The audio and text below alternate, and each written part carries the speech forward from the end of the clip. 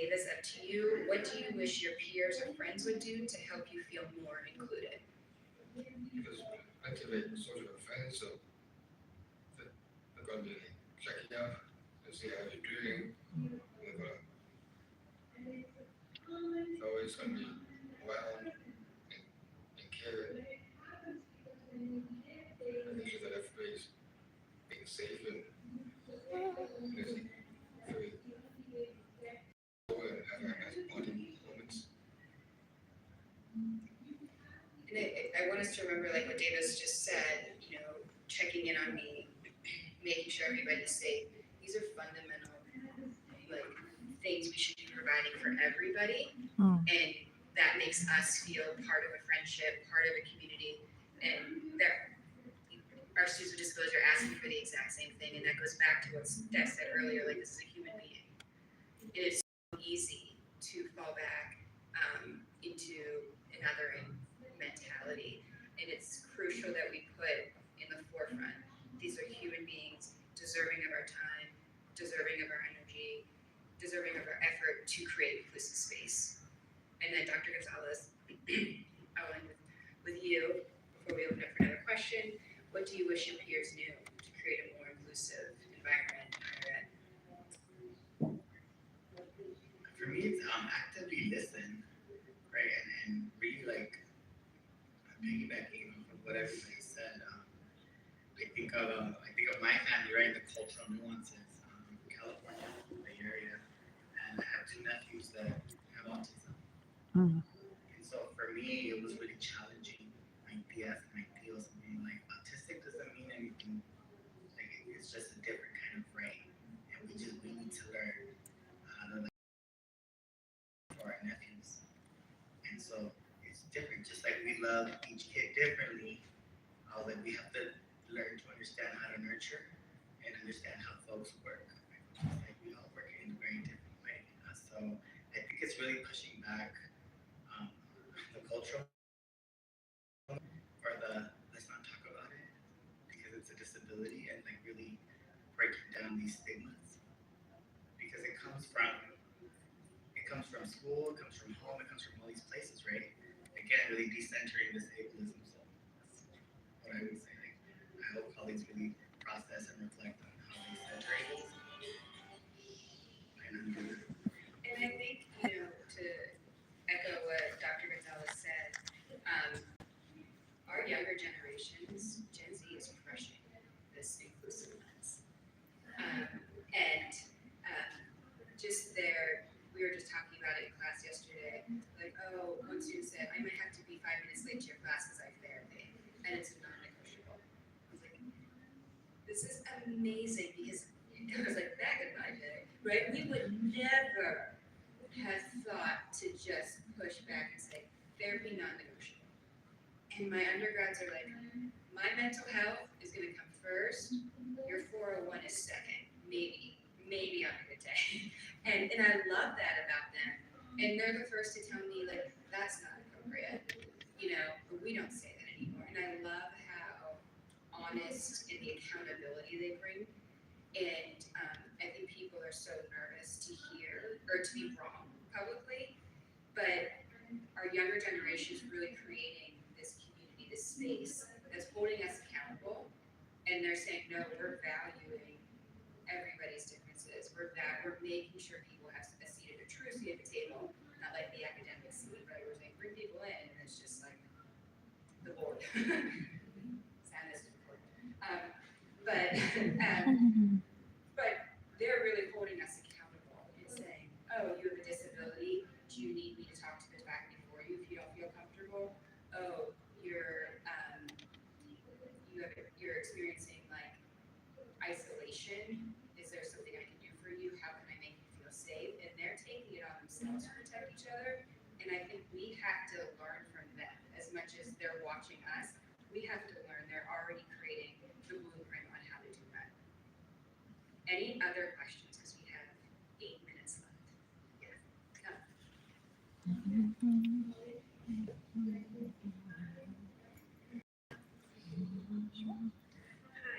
My name is Chelsea. I'm a student success coach here at Tiki, so a big part of my job is advocating advocating for my students and encouraging them to self-advocate. And one of the things that really just strikes me as profound is the level of weight that we give to certain words. Like I recently had a student in my office, and I was like, you know, if you had an IEP in high school or a different type of education plan, they qualify for accommodations here. Like, let's talk about that. And right away, the dad was like, my son doesn't have a disability. And I was like, okay, well, like, let's break that down and really see like what we're talking about. And he's like, well, he has a medical condition. That's different. And I was like, it's not. And the way that we just give like, and again, I wanted to echo and I appreciate the how you're talking about like special needs. Like you don't like that term. Like that's really good for us to know. And I think too, like we really need to encourage students to not be ashamed to talk up about the accommodations that they need. So I'm just curious if you have any recommendations on like how we can empower our students to feel comfortable to share that with us and just encourage them to really advocate for themselves and let us know what they need. So I'll start with Davis or David. What would you say to a student who doesn't want to self-advocate for what they need in the classroom or doesn't know how to? Just understand inclusion. Be part of a school environment and speak up for your goals. So it's self-advocacy. Then you can do like great things and basically often have lots of fun and basically of course they try to learn as well. You know,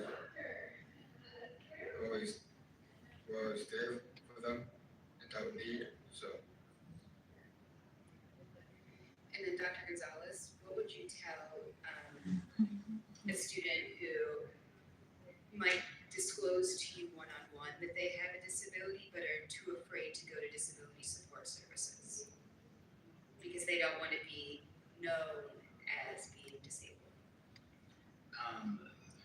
That's where I use vulnerability as this tool, and I share my experiences with my having ADHD, being neurodivergent, and I'm like, look, we all need support in different ways, and I'm happy to go with you if you're comfortable with that. I'm happy to continue to process this together in this classroom, what we can do, and I'm really big on if you need to have I don't like to publicly expose anybody. I've experienced, and I've seen how some disability rules say that you have to mention it at the beginning of class, and you expose people, and it makes it's just, why are you doing that? Talk to people one-on-one, provide that time. And so I always open up with, I've experienced this form of a disability. This is how I've navigated it, and the support structures have helped me in such a way. And everyone's going to be different, but if we're not trying, then we're not helping ourselves. And so what can I do in my role to support you the best way that I can? Or how can I lead you to those resources? If you're comfortable with me doing that, because I don't want to overstep either. So I always open it and leave it in that sense. I'm happy to go with you. I'm happy to look and research with you. And we can spend time office hours or however to explore that. And then look for research materials. The other day, I had a student come in, first year PhD student, and they're like, I just found out I had ADHD recently. And I was like, oh, I experienced something similar. I found out in grad school that I had ADHD. And then everything clicked. I was like, oh, that makes a lot of sense as to why I do certain things, or I react a certain way, or I learn in this way. And I said, here's a book. I was like, read it. Let me know what you think. And it's like a workbook. But I was like, you can borrow it as long as you need. Come back and let's talk about it, and let me know how I can help you with resources here at this school. And so they've already come back twice. Like, did you know that? I was like, yeah, chapter 3. That was that helped me. And then I have also resources that I use, like podcasts that I listen to that help me understand. What was the book? ADHD. Let me look it up. It's like this, I'll look it up and share it in a bit. But it's this workbook, and For women, there's one that's ADHD for smart ASS women. I just can't say the word. I got diagnosed at 36 with ADHD after my son's diagnosis, and I'm like, that makes sense. So along that step what would you tell one of your students who are telling you they don't want to disclose their disability in higher education? I am an open book. I talk about my struggles openly and freely, and a lot of times I'm being funny, but also serious. And so I think a lot of kids feel comfortable enough to be like, oh yeah, me too, or oh I have this. Like you said, I think the younger generation is a lot more open and just kind of self-reflective about who they are and not so embarrassed. If you are embarrassed, I mean, one-on-one, find somebody, all you need is one friend. And to be an educator, you can be that person. Like, I try to be that person by just, hey, I'll tell you about mine. You can tell me about yours too if you want. And it does open up the dialogue. I think most people just don't want to be alone. And I say that a lot. Like, you're not alone. Like, I do a lot of counseling for other families when if their children are diagnosed with something. And I feel like that is the most profound phrase. Like, you're not alone. So try that. Oh, title of the book. So the title of the book is called Extra Focus, The Quick Start Guide to Adult ADHD by Jesse Anderson. Thank you. I love that we're all writing that down. I want to thank the panel. This was lovely. I quite enjoyed it. I hope you all did too. And it's just really important to be educated by folks who are experiencing it and not just have, I always tell, back when I interviewed at Duquesne 6 years ago, they asked me, why am I interested in special ed? And I said, well, special education's the only field of education where the people who are being studied are not writing the research. And they're not leading the research. They're not leading where the field is going.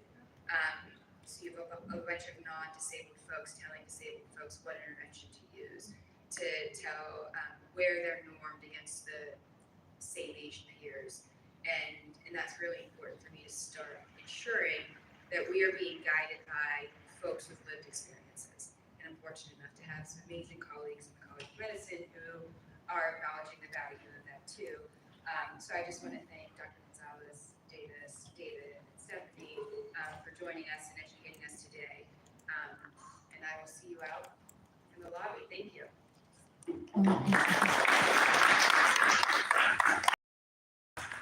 Before you all leave, I'd like to let you know, we do have an opportunity now for some networking. Out in the room where we pick up our lunches, we have a few snacks. Along the wall and on the tables, there are 6 different subject areas.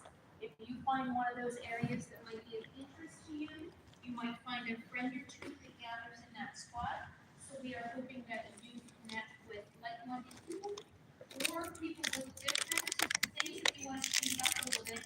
But if you have an extra 30 minutes and can join us for networking, please do so out in the lobby. Thank you.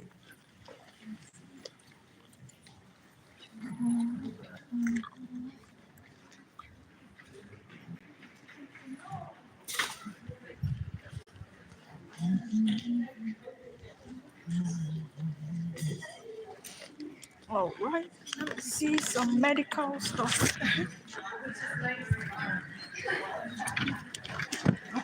Oh, you guys finished. Yeah, before us. Wow. What were they talking about this last time? What was the topic now? It was just an open panel discussing Okay. the topics of the day, like inclusivity and people with disabilities. General topics such as, what are some common issues that people find with, trying to get a job or just like if they have disabilities, stuff like that. Okay, thank you.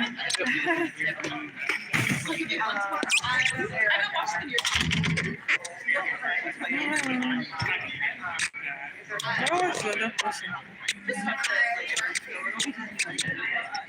Alrighty, on the way.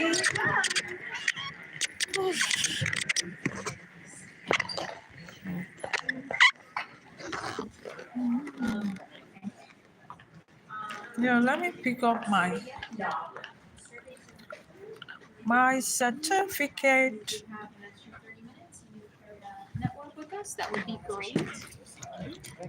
There's pens, where's the survey? The survey's here, you can take, you can fill it out and put your hours in there. Alright. I'm returning my name tag. Thank you so All much. right, friend. All I'm out of right, here. Do you need anything? you talk to Marlene, Yes. you're good? I'm good. All right, I'm good. thank So I should you. just You need put me to my know. name Okay, here, thanks so right? much, Chaz. You need to turn My my name. lights on as well. You can keep it if you want, up to you. I'm sorry, I'll put If my you- name. you can put your name and the amount of hours you were here today and take that with you, Okay. okay? Yep. Thank you so much. Hi. Oh. You need a certificate, and did you do a survey? No. If you could do a survey, put your answers in the box, and then you can take a certificate with you. Thank you. Certificate and survey. Surveys are right here. If you could put the answers to that right here, and there's your certificate. You'll fill out your name and your hours yourself. Okay, we trust you. Okay, you look trustworthy.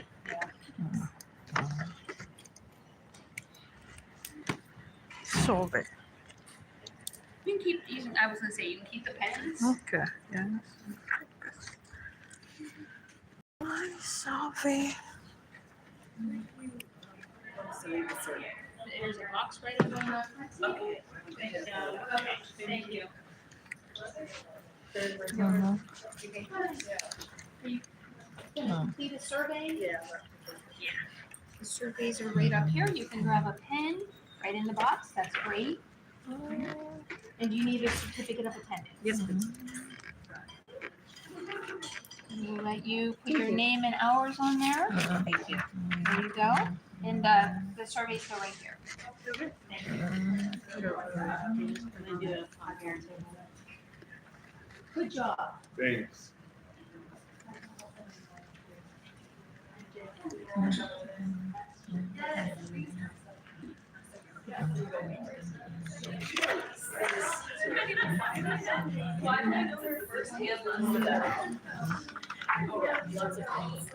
Surveys. Yes. And you can put the answers to the surveys right in the box. Thank you. Okay, let me do math. From 9 to 3, how many hours is that? 1, 2, 3, 4, 5, 6? Literally round.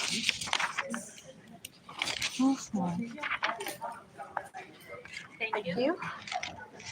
Surveys go in the box. Okay. What is supposed to be the project activity event? So that's just, you don't have to even Okay. fill that out, that's fine. Okay. It was the Building Bridges Conference.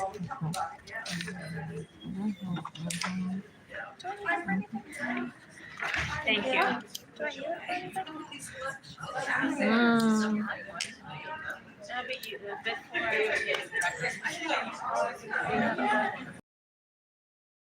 It's like proof that. Technically, this is professional. Right in the box. Thank you so much. You're welcome. Thank you. Oh, yeah. You have your survey and see, it goes right in the box.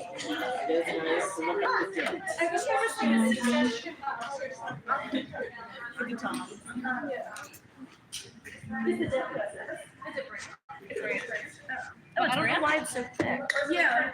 That's what I thought it was. I think it's just. I actually hadn't noticed. I just love, all this food. I've never did these I don't know what it feels like actually. Whoa, it's drizzling. Oh, wow. Rain, rain, rain, rain. Oh, wow. That's probably why there's a ranch. Maybe.